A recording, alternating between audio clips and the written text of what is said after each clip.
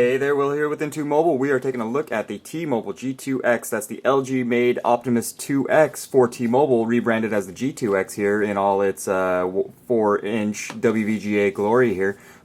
Basically, this is the dual-core powered Tegra, NVIDIA's Tegra 2 dual-core power Optimus 2X, but made for T-Mobile. You can see the retail box here. We're going to do a quick unboxing right before we jump into a hardware tour. You can see that the box is pretty slim.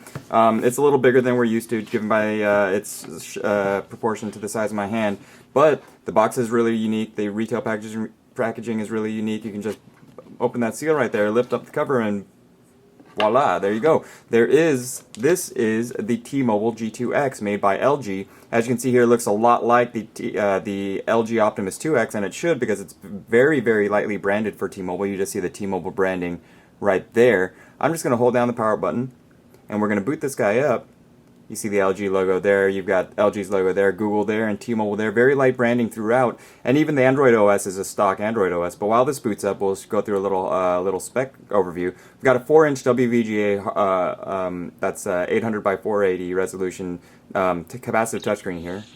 Cool little animation logo. That's the G2X. We've got the capacitive backlit touch-sensitive navigation, Android navigation buttons down here. Here we have a front-facing camera, and to the right of the phone's receiver speaker, and to the left of the phone's receiver speaker, you can see, it's hard to make out on video, but right here that's where all the sensors are, the light sensor, proximity sensor, also the 1.3 megapixel front-facing camera here. And we've got the 8 megapixel rear-facing regular shooter with the LED flash, and this metallic accent here. And what I want to show you is it's got the 3.5 millimeter headphone jack, the standard headphone jack, but it also has the HDMI-out port. This is micro HDMI, which is pretty cool. We've got the volume control rockers on the right side. We've got the micro USB port on the bottom side here. And if you open the back cover like so, you just put your fingernail under there and pop them right off. You can see that it's got a hot swappable micro SD card slot. So in other words, notice I'm pushing the micro SD card in, and as soon as I do that, you should see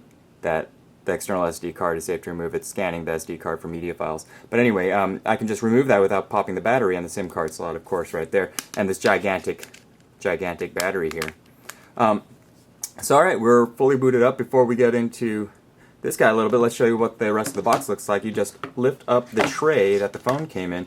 And it's kind of cool, because the tray actually has the documentation right in it. I'm not even going to worry about that. Pretty standard now that all smartphones ship with a micro USB cable and a charging brick. This goes into the wall, and you put this cable into here to make it turn this cable into a charging cable, or you plug this guy into your computer and connect it to your cell phone using the micro USB port, and you've got yourself a data cable. But anyway, we're not interested in that stuff. Under the hood, we've got the, as explained right here, the NVIDIA Tegra 2 dual-core processor, the 1 gigahertz Tegra 2 under there. We've got 4G data capability, as you can see right there. It says 4G. That's connected to T-Mobile's HSPA Plus network. Good for pretty decent data speeds. I'll show you that in a second. We've also got 1080p HD video capture and playback. That means this camera, can actually capture video in full. Where's the camera app? There's the camera app.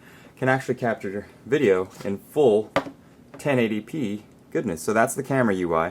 If I want to go to video right there, and I'm just going to make sure that it's on 1080p. Look at, we're recording video in full 1080p. That's 1920 by 1088 resolution.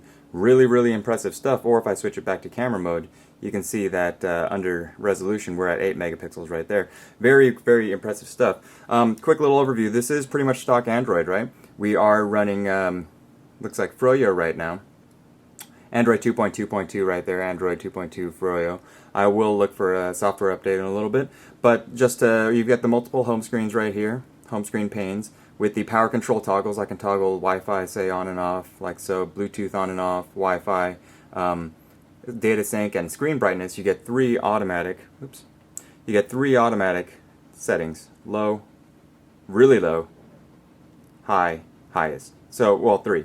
So, really low, kind of turned up, super turned up, and then back to automatic brightness. You see the little A in there, that means automatic brightness, right?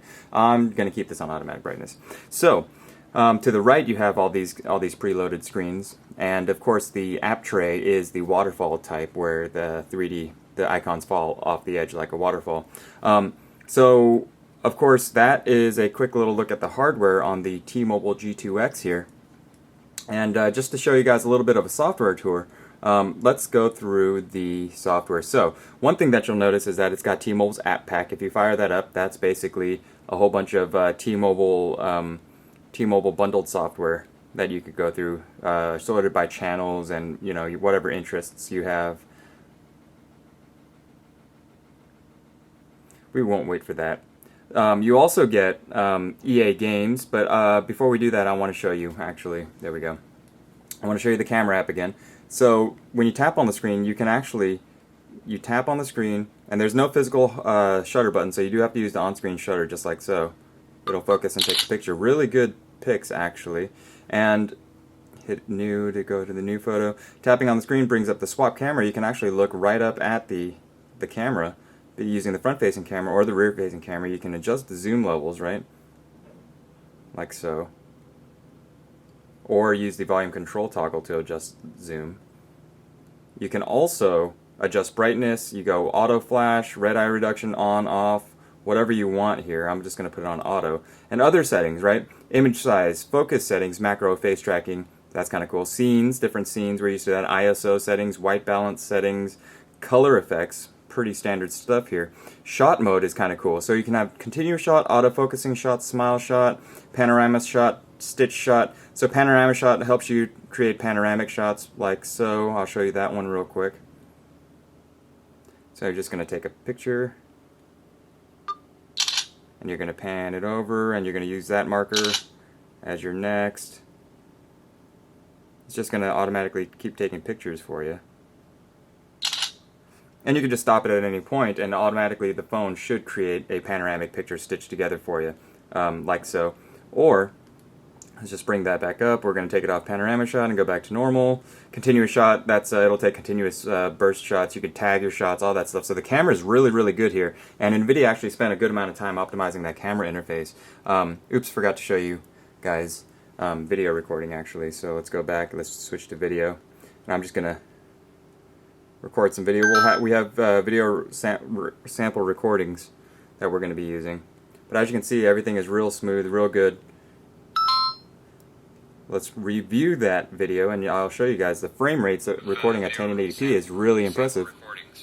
That we're going to be using. But as you can see, everything is real. Yeah. So anyway, there you go. That's a quick little look at the camera app with video recording and photos.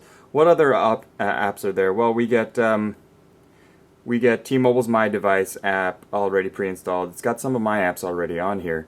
And also Tegra Zone games. This is a kind of a repository. This is kind of a collection of all the Tegra HD optimized, the THD optimized 3D games that NVIDIA has partnered up with certain game developers to create high resolution, higher performance versions of their games optimized for the NVIDIA Tegra 2 dual core processor and its GPU. Basically, when you click this, it'll take you to the about page or the profile page, and you can download it here. You can click that and it takes you to the Android Market app from which you can install and download and install. I've actually I have this game purchased, so I'm just gonna install it. And these videos, as we've shown you guys before, the games, as we've shown you before on videos, really do perform better. They've got better geometry, higher frame rates, more fluid looking games. And real quick, before we leave test, I want to show you what T-Mobile's 4G network is capable of doing. So this is actually a kind of a slow test. We're going to restart this test here. I was actually downloading some stuff in the background, so it resulted in a slower test. But this should give you an idea of what T-Mobile's HSPA plus 4G network in San Francisco is capable of.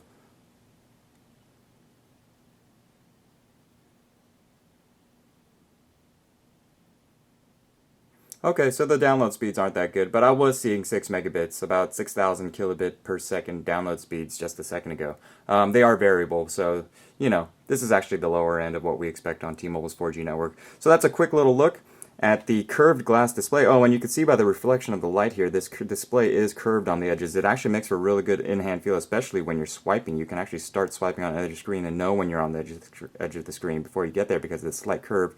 Really cool. So that's a quick little look at the T-Mobile G2X, made by LG. Again, the LG Optimus 2X optimized for T-Mobile's 3G, 4G bands, as well as working on AT&T's bands as well.